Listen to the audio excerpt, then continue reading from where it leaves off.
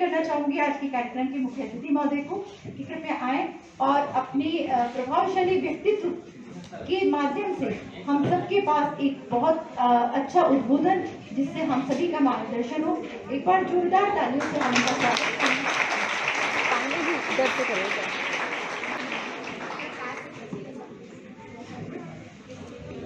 बच्चों इस तरफ ध्यान दीजिए।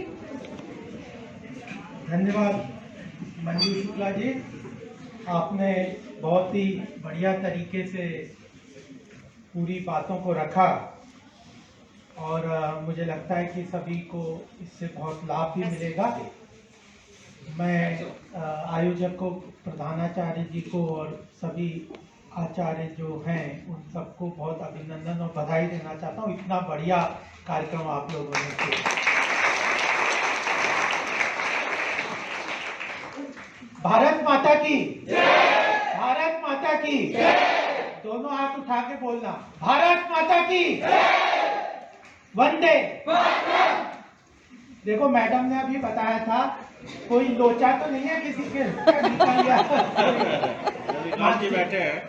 आज का दिन आपके जीवन में बहुत महत्वपूर्ण है और मैं चाहता हूं कि आज अगर किसी के मन में कोई लोचा हो किसी बात का हो तो दोनों प्रधानाचार्य जी, प्राचार्य जी से मिलके उसको कल तक खत्म कर देना, क्योंकि आज के दिन से जैसे आपका जीवन शुरू होगा वह आगे जाके आपके जीवन की आधारशिला भी रखेगा और आने वाले समय में आप व्यक्तिगत रूप से क्या अपने लिए कर सकते हैं, परिवार के लिए कर सकते हैं, समाज के लिए कर सकते हैं और राष्ट्र के लिए कर सकते हैं, वो निर्धारित वो भूमिका आचार्य जी ने, प्रधानाचार्य जी और जो यहाँ पे मंच पे बैठे हुए लोगों ने आपके सामने रखी है।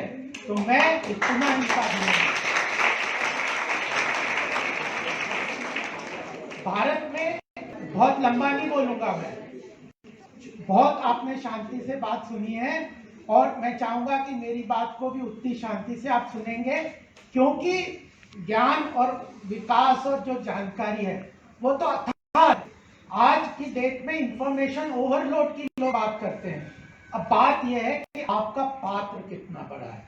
अगर आप पात्र छोटा ले गए तो समुद्र के जितना पानी में से भी आपको कुछ नहीं मिलेगा। गंगा बह रही है, लोगों को उसकी पवित्रता, उसका ज्ञान और उसका भंडार नहीं मिलता। हमारे इतिहास, पूरा संस्कृति में इतना ज्ञान भरा हुआ है, आप जितनी जानकारी अपने पात्र को बढ़ाएंगे उतना ही उसको आगे ले जाएंगे। तो मुझे लगता है कि इस दिन को आप जरूर अपने जीवन में याद रखना कि यह महत्वपूर्ण जीवन आपके लिए बहुत ही काम आएगा, उसको सब ध्यान में रखेंगे। मैं यहाँ पर हमारे जो प्राचार्य हैं श्रीमान राजीव कुमार गुप्ता जी का बहुत ही आभार व्यक्त करना चाहता हूँ कि मुझे यहाँ बुला के ये मौका दिया आप लोगों से बात करने का और मुझे इतना सम्मान दिया। मैं नहीं मानता कि मैं इतना उसका हकदार हूँ। मैं आपका बहुत धन्यवाद देना चाहता हूँ।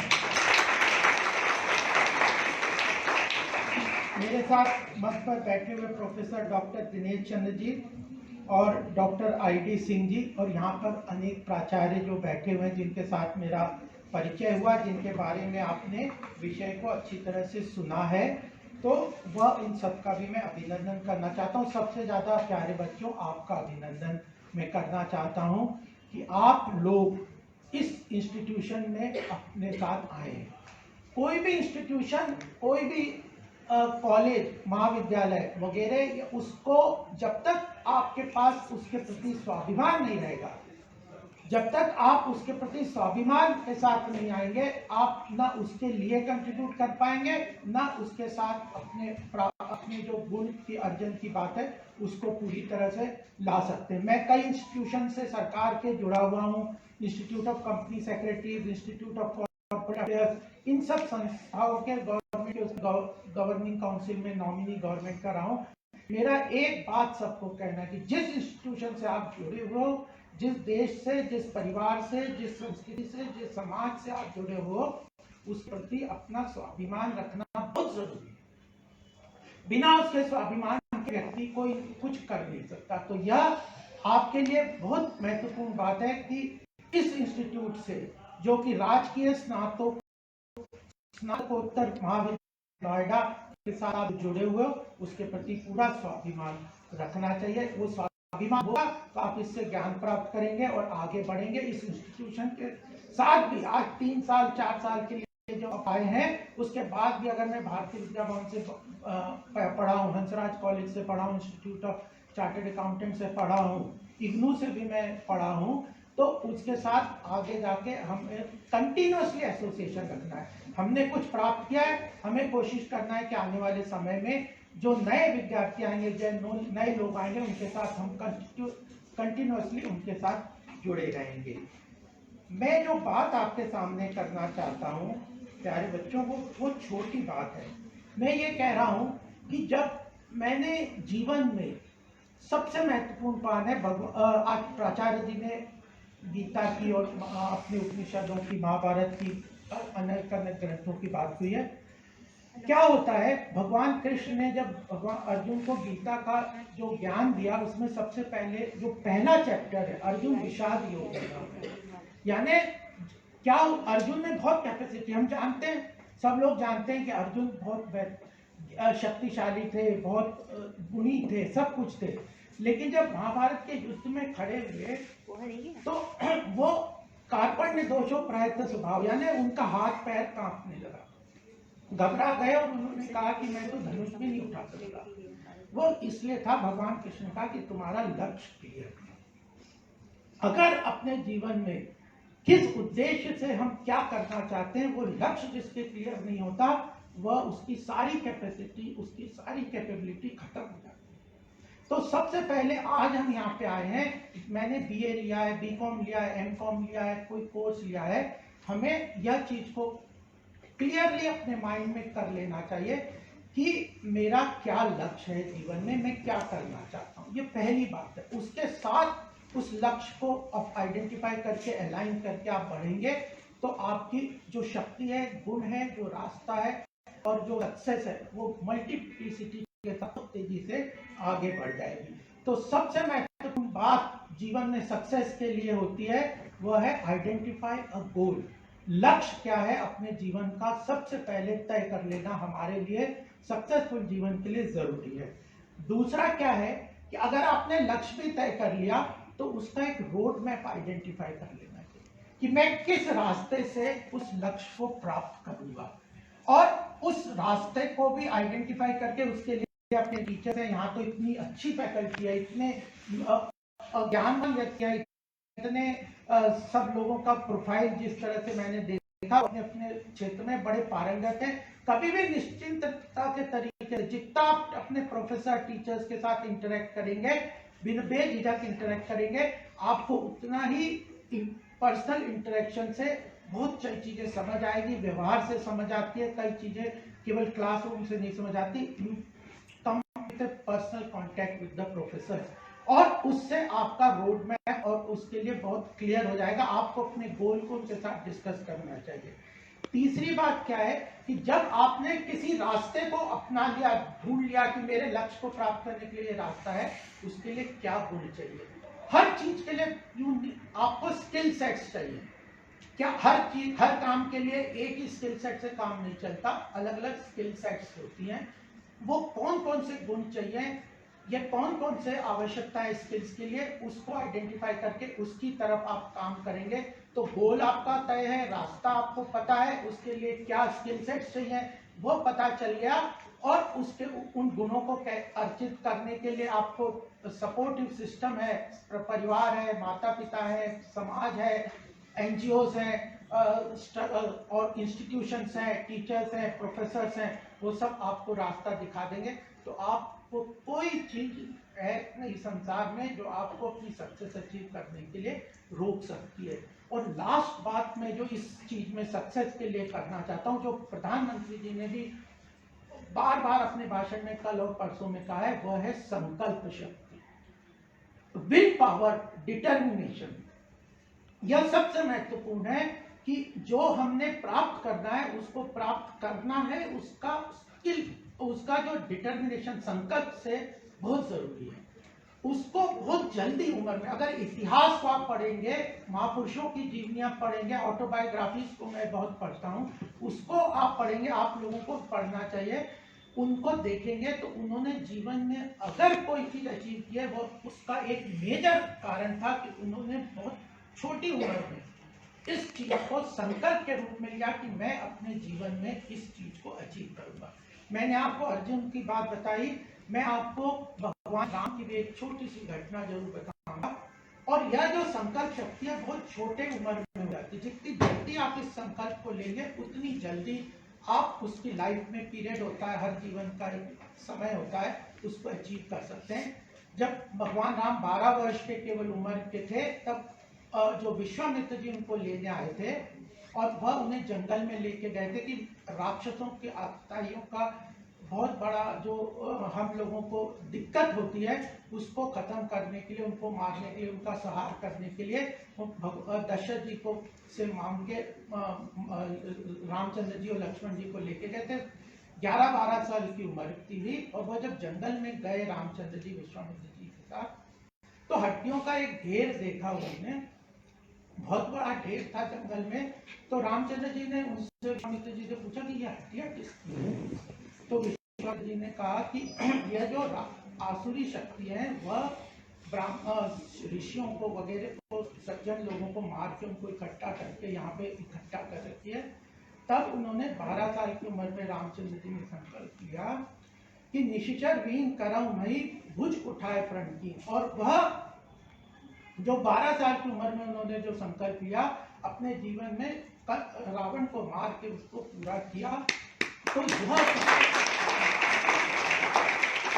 आप शिवाजी को देख लीजिए, भगत सिंह को देख लीजिए, हर महापुरुष ने जिसने जीवन में किया, इवन अलेक्जेंडर को देख लीजिए, 27 साल में विश्व विजय करके वह उनकी मृत्यु हो गई। तो छोटी उम्र में ही कैपेसिटी होती है, कैपेबिलिटी होती है, और वह कैपेसिटी कैपेबिलिटी इन सब चीजों से, संकल्प शक्ति से बहुत बढ़ जाती है। और एक और महत्वपूर्ण आपके जीवन में मैं एक बात कहना चाहता हूँ, जो भारतीय संस्कृति और ग्लोबल सिस्टम्स में, समाज शास्त्र में हमारे लिए फर्क है। वेस्टर्न कल्चर में ये माना जाता है कि इंडिविजुअल जो है वो एक बिंदु है। उसके कॉन्सेंट्रिक सर्कल के बारे में सुना होगा कि बिंदु व्यक्ति है, उसकी फैमिली, उसके एक सेंटर पे एक सर्कल है, उसके बाद परिवार के बाद तो समाज है, समाज के बाद देश है, देश के बाद विश्व है। यह है कॉन्सेंट्रिक सर्कल। भारत में जो समाज की, व्यक्ति की जो अवधारणा है वो है, वो जो है जो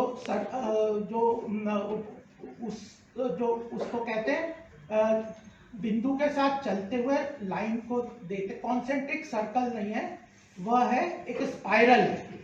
जो स्पाइरल को हमने देखा होगा कि व्यक्ति है, उसके साथ ही जुड़ता हुआ लाइन चलती है, तो परिवार आता है, परिवार के साथ समाज आता है, समाज के साथ देश आता है, देश के साथ विश्व आता है। यह बहुत बड़ा सोच में फर्क है। तो जब मैंने, हर आदमी को एस्पिरेशन होना चाहिए, व्यक्ति को जीवन में महत्वपूर्ण लक्ष्य प्राप्त करने का और कैपेसिटी डेवलप करने का, सक्सेसफुल होने का स्वतंत्रता है। हमारा देश और हमारा संविधान उस बात की पूरी निश्चिंतता से वो जो सिस्टम्स है उसको डेवलप करता है। इक्वेलिटी ऑफ अपॉर्चुनिटी, कॉन्स्टिट्यूशन का, आपका संविधान का क्लब है, वो आपको बताएगा opportunity, justice, equal opportunities, equality, ये सब बातें हमारे संविधान में महत्वपूर्ण तरीके से उसको इंश्योर की गई है। लेकिन हमें इंडिविजुअल ऑब्जेक्टिव्स और गेम जो लक्ष्य हैं उनको अलाइन करना है, नहीं तो हम बहुत तरीके से सेल्फिश हो जाएंगे, निजता में फंस जाएंगे कि हमें अपने लक्ष्य को परिवार के लक्ष्य के साथ कैसे अलाइन करना है, परिवार के लक्ष्य को समाज के साथ कैसे अलाइन करना है, समाज के लक्ष्य को देश के गौरव के साथ, स्वाभिमान के साथ और विकास के साथ अलाइन करना है। तो यह जो कॉन्सेंट्रिक सर्कल का डिफरेंस और जो स्पाइरल समाज का अवधारणा है, यह भारत की विश्व को बहुत महत्वपूर्ण देन है। इसको हमें ध्यान में रखना। जितना आप अलाइन कर देंगे, आप देखेंगे कि जब आप इंडिविजुअल ऑब्जेक्टिव को समाज के, सोसाइटी के और देश के साथ अलाइन कर देंगे तो सारी शक्तियां आपके उस ऑब्जेक्टिव को पूरा करने में आपका सहयोग करने लग जाएगी। तो यह चीजें मैं आपको बताना चाहता था। ये सक्सेस के बेसिक मंत्र हैं। डिसाइड ऑन द गोल, आप अपना लक्ष्य तय कर लीजिए, रोड मैप तय कर लीजिए। रोड मैप में ज़्यादा लोगों से आप डिस्कस कर सकते हैं। उसके लिए आपके क्या गुण हैं, वो आवश्यकता है, उनके लिए प्रयास करना, उनको अर्जित करना। कितनी सारी बताई है मैडम ने, तो इतनी अच्छी बात बताई थी अभी। जो स्वयं है, मैंने भी एक कोर्स किया था बहुत पहले, मैंने ध्यान था इकोनॉमिक्स पे, और उस पर इतना अच्छा पोर्टल है। अरविंद सुब्रमण्यम खुद जो चीफ इकोनॉमिक एडवाइजर है, उन्होंने 7 दिन तक उस पूरे कोर्स को हमें पढ़ाया था। तब तो रिकॉर्डिंग हो रहा था। तो वह इतने सारे कोर्स, और मैंने तो शायद 3400 कुछ 96 कोर्स आपके मैंने देखा जो आपने किए। तो कितने सारे ऑनलाइन कोर्सेज आप कर सकते हैं। तो सारा समाज की शक्तियाँ, इकोसिस्टम आपके अपने लक्ष्य के लिए हेल्पफुल हो जाएगा जब आप संकल्प के साथ अपने गोल और ऑब्जेक्टिव को उसके साथ अलाइन कर लेंगे। यह मेरे को आपके सामने कहना था। दूसरी बात जो महत्वपूर्ण है वह है कुछ ना कुछ हॉबीज जरूर अपने जीवन में रखनी चाहिए, क्योंकि वाइब्रेंसी अगर जीवन में युवाओं का क्या परिपेक्ष रहता है, उनमें जीवन में वाइब्रेंसी है, एक पॉजिटिव थिंकिंग है, वह सब चीजें आती है समाज के प्रति संवेदनशील होने के कारण, दूसरों के दुखों को समझने के कारण, और अपने अंदर कोई ना कोई हॉबीज डेवलप करने के कारण। जैसे कितने सारे क्लब्स हैं अपने कॉलेज में, उसमें एक्स्ट्रा करिकुलर एक्टिविटीज, शिक्षा नीति मैंने भी इतना डिटेल में आज देखा, मैंने वो पेपर तो देखा था, लेकिन मुझे खुद याद आ गया कॉलेज का जीवन कि इस तरह का हमारे कॉलेज में भी, जबकि मैं हंसराज में पढ़ा हूँ, इस तरह का कोई इनिशियल नहीं हुआ था। इस तरह का जो एक तरीके का प्रस्तावित एक पहले दिन का इस तरह का कार्यक्रम नहीं हुआ था। तो यह भी बहुत महत्वपूर्ण है। मुझे लगता है कि इस चीज़ों को हम जरूर रखेंगे करिकुलर एक्टिविटीज़ में। जो हॉबीज़ को डेवलप करने के लिए, विभिन्न सोसाइटीज़ का अंदर एसोसिएट होने के लिए, अभी आज सवेरे कितना अच्छा एनसीसी के लोगों ने परेड किया, कितनी उन्होंने अपनी डिसिप्लिन के साथ उस चीज़ को रखा। तो इतनी सारी फैसिलिटीज़ हैं, उसके साथ हम जुड़ के अपने आप को जरूर आगे ले जा सकते हैं। लास्ट बात प्यारे बच्चों, मैं आपके साथ ये कहना चाहता हूँ कि यह सारी चीज़ें जो है ना, आने वाले समय में कोई विश्व की, मैं तो 40 से ऊपर कंट्रीज में सरकार की तरफ से भी गया हूँ, खुद भी अलग अलग जाता रहता हूँ, अलग अलग प्लेटफॉर्म्स पे गया हुआ हूँ। विश्व आज भारत की तरफ देख रहा है कि भारत, कोई विश्व की कोई शक्ति इस वक्त नहीं है जो भारत को महाशक्ति बनने से रोक सके।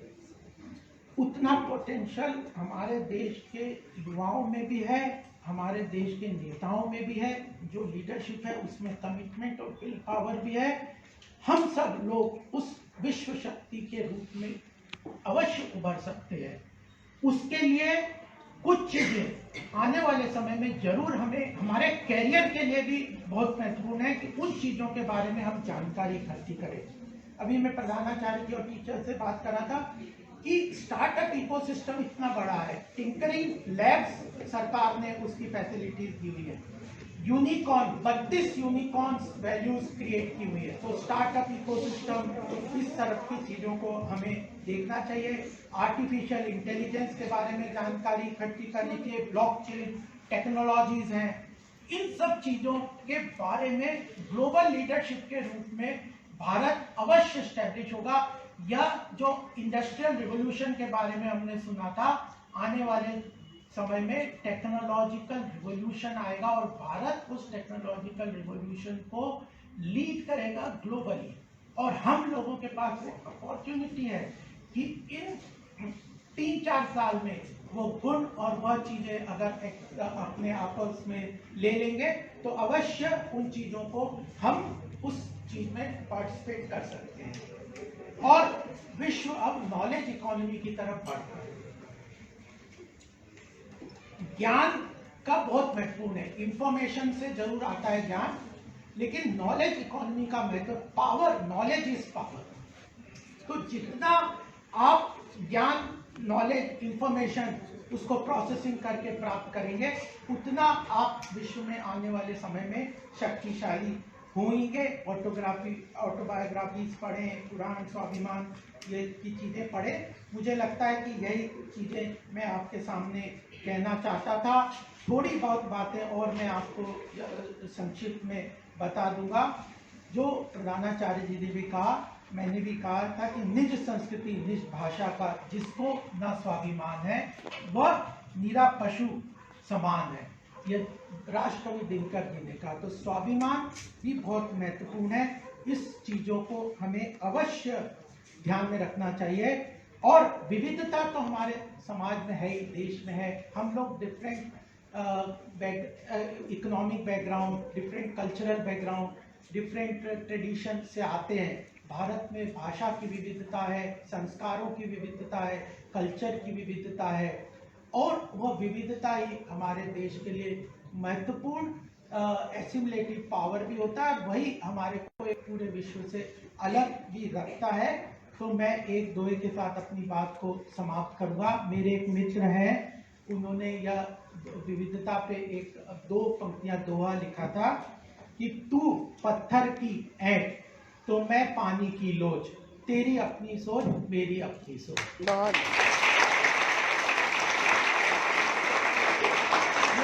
हमारे अंदर डाइवर्सिटी है, एप्रिशिएट दैट। बहुत दूसरा जो है उसके अंदर दूसरे गुण होंगे, उसके अलग अलग उसका स्वभाव होगा। उस सबको एसिमुलेट करते हुए उसको कोऑपरेटिव सिस्टम के साथ, उसको साथ लेके संवेदनशीलता के साथ हम आगे बढ़ेंगे तो भारत विश्व के स्थान में अवश्य पहुंचेगा। और उस चीज को आप लोग अपने जीवन में अवश्य देखेंगे। इस संकल्प के साथ मैं धन्यवाद देता हूँ।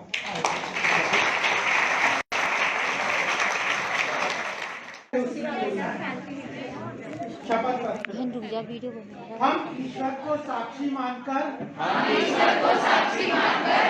शपथ लेते हैं कि हम राजकीय स्नातकोत्तर महाविद्यालय नोएडा के छात्र अनुशासन में रहकर